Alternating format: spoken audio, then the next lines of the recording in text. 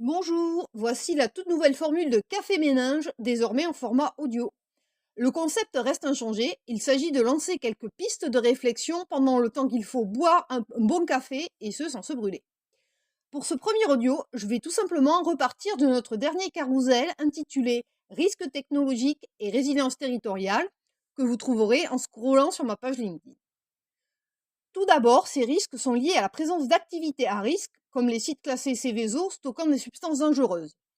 Le problème, c'est qu'ils coexistent souvent avec des zones densément habitées, héritage de notre histoire urbaine et industrielle.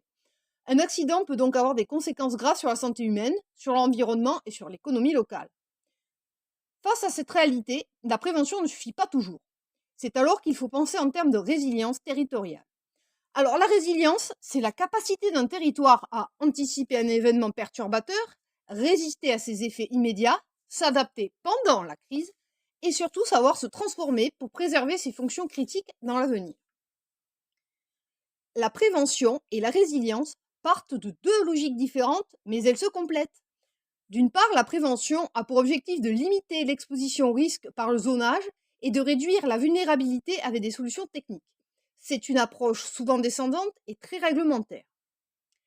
D'autre part, la résilience, elle, suppose d'intégrer qu'un accident reste toujours possible.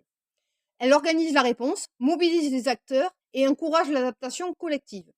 C'est une approche plus systémique et plus participative. Dans des contextes urbains ou industriels denses, on ne peut pas toujours déplacer une usine ni éloigner les habitants. La résilience devient alors centrale. Elle ne remplace pas la prévention, elle l'élargit. Elle transforme une logique de protection passive en une dynamique d'adaptation active, plus réaliste et plus collective.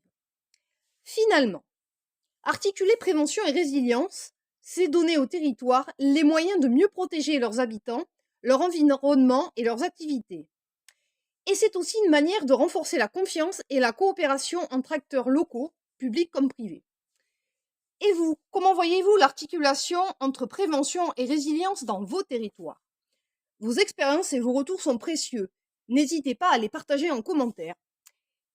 Enfin, le 13 octobre 2025 sera la journée nationale de la résilience. Dans toutes les régions, des initiatives telles conférences, animations, ateliers, etc.